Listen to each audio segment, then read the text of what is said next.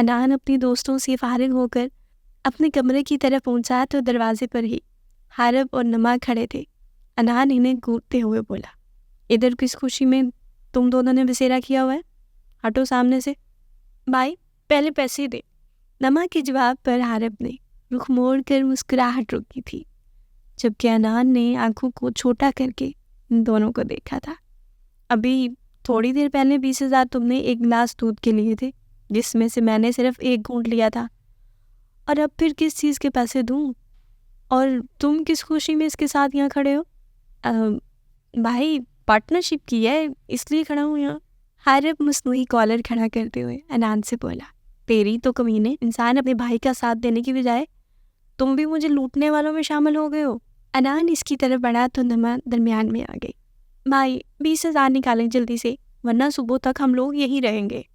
نما کے جواب پر انان نے دونوں کو گور کر دیکھا اور اپنے بٹوے سے 5,000 کے 4 نوٹ اسے دے دیے۔ نما کے ہاتھ سے سارے پیسے حارب اچک کر نیچے کی طرف بھاگا تھا، جبکہ نما چیختے ہوئے اس کے پیچھے پیچھے بھاگی تھی۔ اچھی خاصی مہنگی پڑ گئی ہے شادی، شکر ہے اللہ کا کنگال ہونے سے بچ گیا۔ انان بڑبڑاتے ہوئے کمرے میں داخل ہوا تو سامنے خالی کمرہ دیکھ کر اس کا دایاں ہاتھ بے ساختہ سر کی طرف گیا تھا۔ اب یہ کہاں چلی گئی؟ انان خود سے بڑبڑاتے ہوئے کمرے میں موجود اسٹڈی روم کے دروازے کی طرف بڑھا جو لاک تھا۔ انان نے 2-3 دفعہ دروازہ کھولنے کی کوشش کی لیکن بے سود۔ انان نے دروازے کی چابی ڈھونڈنے کی کوشش کی تو چابی کمرے میں کہیں نہیں تھی۔ مہمانوں کے خیال سے وہ دروازہ کھٹکھٹانے سے گریز کر رہا تھا۔ ماہی دروازہ کھولے، انان دھیمی مگر سخت آواز میں اسٹڈی روم کے دروازے کے پاس جا کر بولا، لیکن کوئی جواب نہ ملا۔ انان نے غصے سے بند دروازے کو دیکھا اور پھر اپنا غصہ کنٹرول کرتے ہوئے واش روم کی طرف بڑھ گیا۔ شاور لے کر وہ بیڈ پر لیٹ گیا اور رات کی نہ جانے کون سے پہر اس پر نیند مہربان ہو گئی تو وہ پرسکون ہوتے ہوئے سو گیا تھا۔ اگلی صبح کسی کے بری طرح جھنجھوڑنے اور زور زور سے بولنے کی آواز نے اسے نیند سے بیدار کیا تھا۔ وہ بمشکل اپنی گہری نیند سے آنکھیں کھول پایا تھا۔ یہ میں ہوں، میں حارب، آپ کا بھائی۔ حارب انان کی آنکھوں کے سامنے دونوں ہاتھ لہراتے ہوئے جیسے کسی دیوانے کو یاد کروانے کی کوشش کر رہا تھا۔ کون؟ وہ ابھی بھی نیند کی آغوش میں تھا۔ بھائی میں آپ کا اکلوتا بھائی اور آپ کی اکلوتی بیوی کا اکلوتا دیور ہوں۔ حارب اس کے کان کے پاس جیسے چیخا تھا۔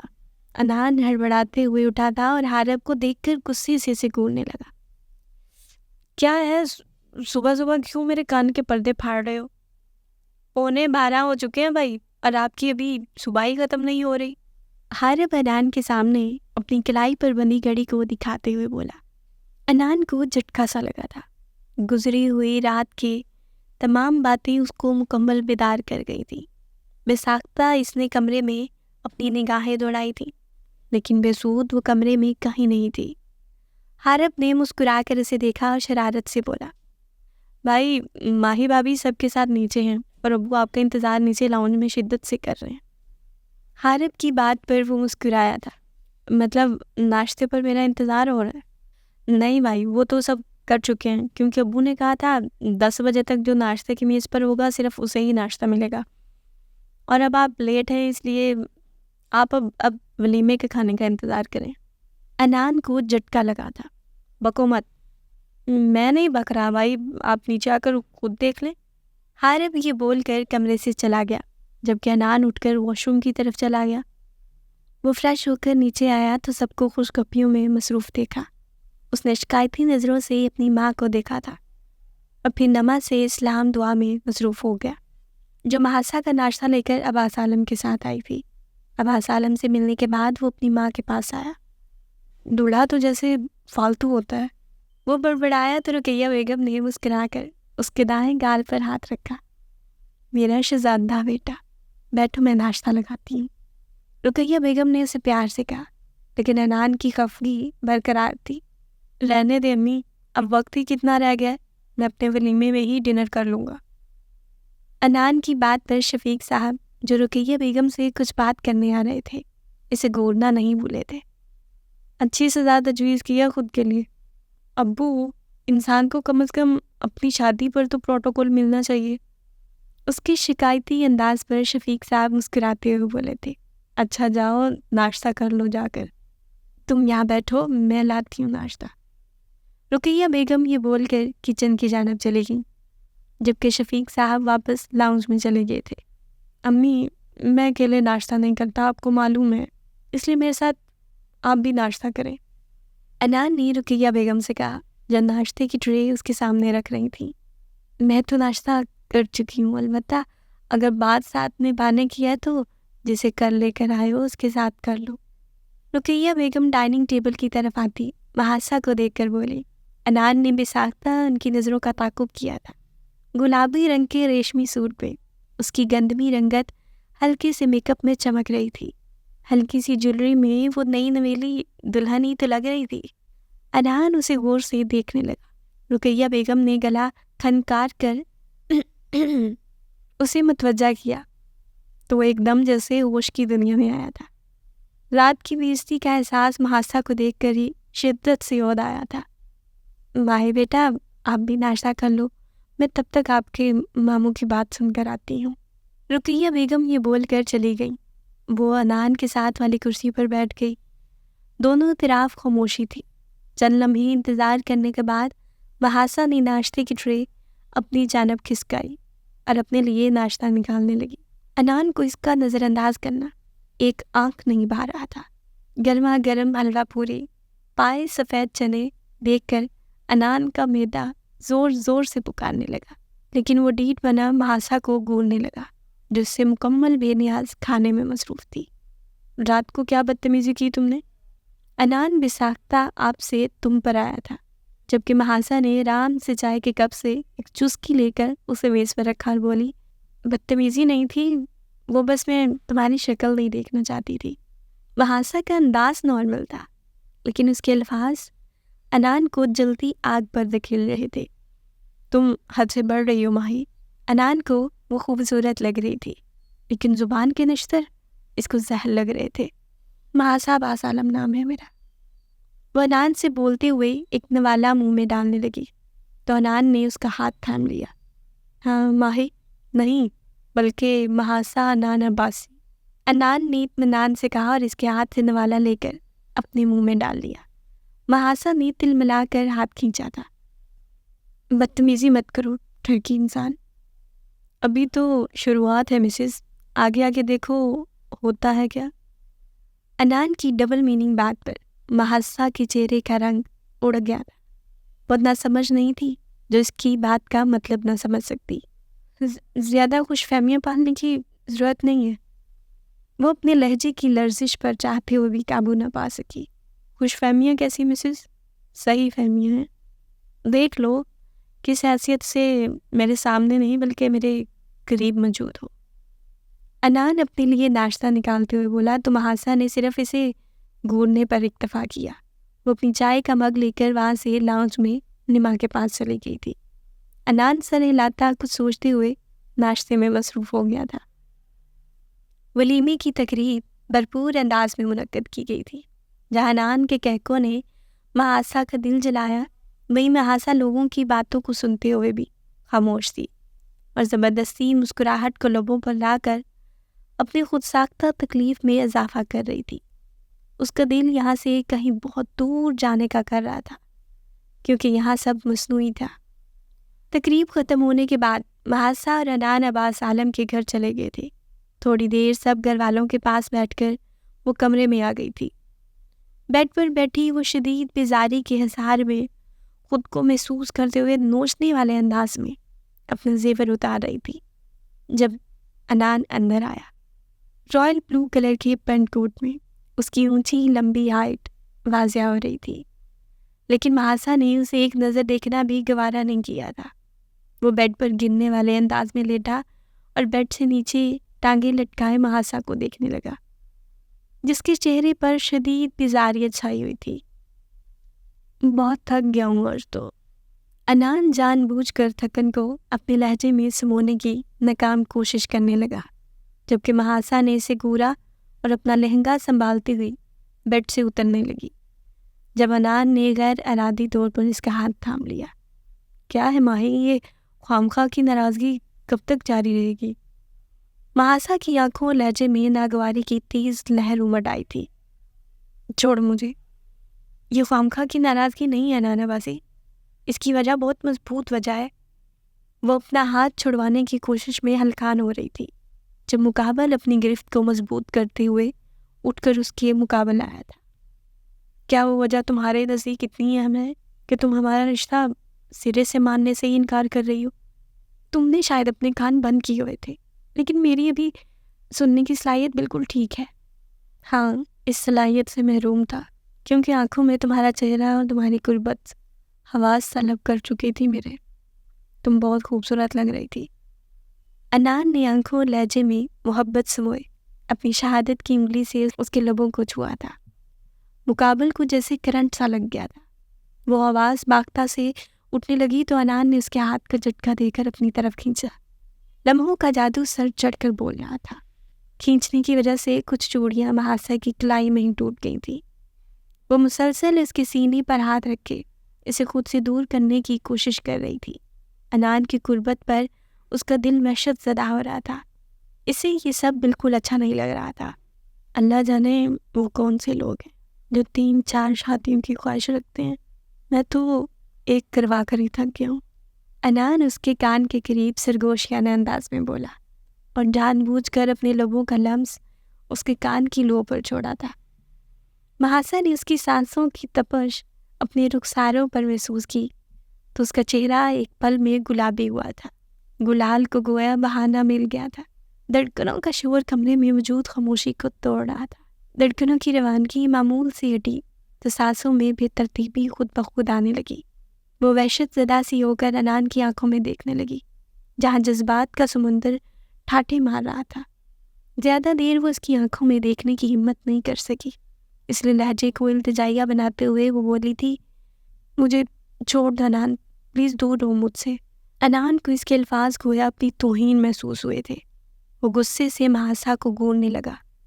اگر میری جگہ وہ نمیر ہوتا تو کیا اس سے بھی یہی سب کہہ رہی ہوتی تم؟ انان کے لہجے میں جلن کا احساس واضح طور پر ابھرا تھا، لیکن محاسا اس احساس کو محسوس کرنے کی کوشش ہی نہیں کر رہی تھی۔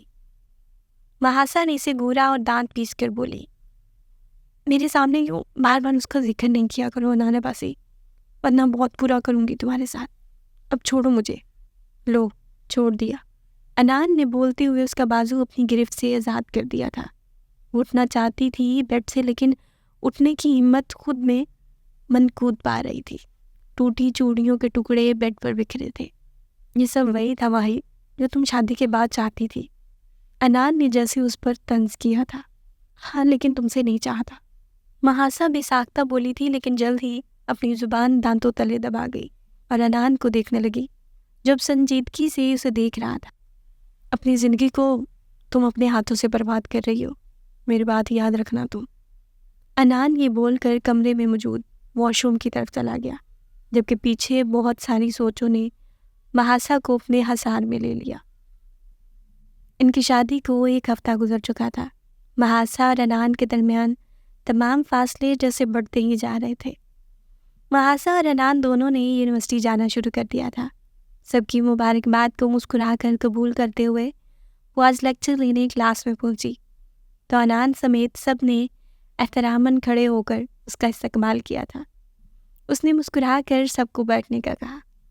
ابھی وہ ڈائس پر کھڑی اپنا اٹینڈنس رجسٹر کھول رہی تھی جب ایک آواز نے اسے اپنی طرف متوجہ کیا۔ محاسا میم، آپ کی شادی کیسی رہی؟ کلاس کی ایک لڑکی نے مسکرا کر پوچھا۔ یونیورسٹی میں چند ایک ٹیچرز اور انان کے دوستوں کے علاوہ کسی کو معلوم نہیں تھا کہ محاسا کی شادی انان سے ہوئی ہے۔ محاسا کا دھیان بے ساختہ سب سے پیچھے بیٹھے انان عباسی کی طرف کیا تھا، جو شہزادوں کی سی آن باندھ لیے مسکرا کر اس کو دیکھنے پر اپنی دائیں آنکھ کو کونا دبا کر اسے نظروں کا زاویہ بدلنے پر مجبور کر گیا تھا۔ انتہائی کوئی گھٹیا انسان ہے یہ، محاسا خود سے بڑبڑائی اور بامشکل مسکراہٹ کو لبوں پر لاتے ہوئے کلاس کی طرف متوجہ ہوئی۔ الحمدللہ، بہت اچھی رہی۔ میم، آپ کے ہسبینڈ کیا کرتے ہیں؟ کیا وہ بھی آپ کی طرح پڑھاتے ہیں؟ اس سوال پر محاسا کا دل بے ساختہ کہکا لگانے کو کیا تھا، لیکن خود کو روکتے ہوئے وہ بولی تھی، نہیں وہ پڑھاتے نہیں ہیں، اب آپ سب کے سوالات ختم ہو گئے ہو تو لیکچر کی طرف دھیان دیں، کیونکہ 2 دن بعد رمضان شروع ہو رہا ہے اور میری کوشش ہے رمضان میں پڑھانے کے بجائے میں آپ سب کی ٹیسٹ لوں تاکہ آپ کا سیشن کو کور کیا جا سکے۔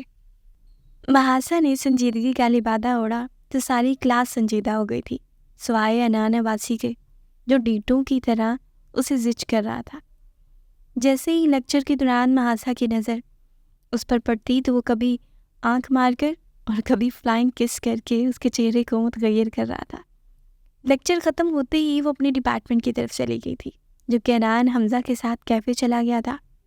ویسے انو تو انتہا کا کوئی ذلیل انسان ہے۔ وہ دونوں کیفے میں بیٹھے تھے جب حمزہ نے انان کو دیکھ کر کہا۔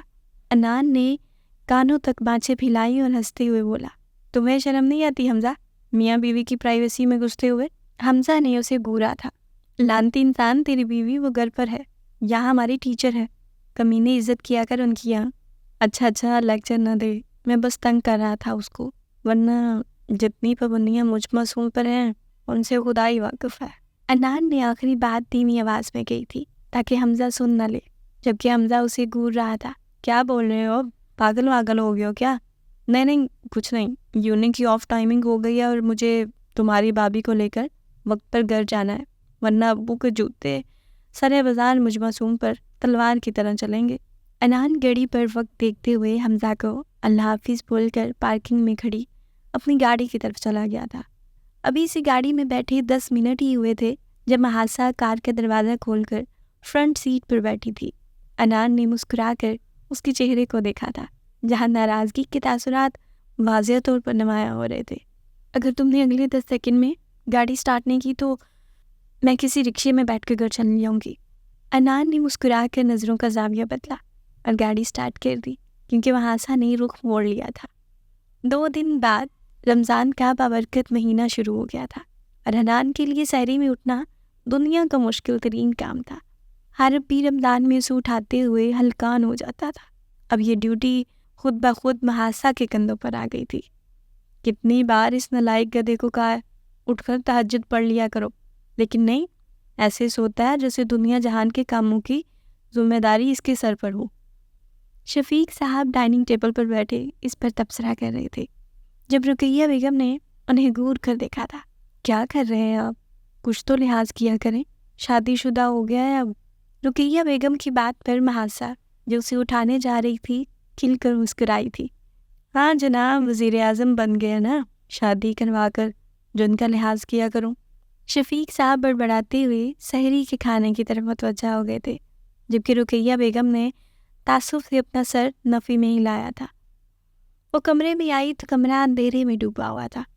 اس نے سب سے پہلے کمرے کی لائٹ آن کی اور بیڈ کی طرف دیکھا جہاں وہ دنیا جہان سے بے خبر بیڈ سے بایاں بازو لٹکائے اوندھا ہو کر سو رہا تھا۔ محاسا نے وہیں سے اسے آواز دی تھی، اٹھ جاؤ، 3:30 ہو گئے ہیں اور 4 بجے تک سحری کا وقت ہے۔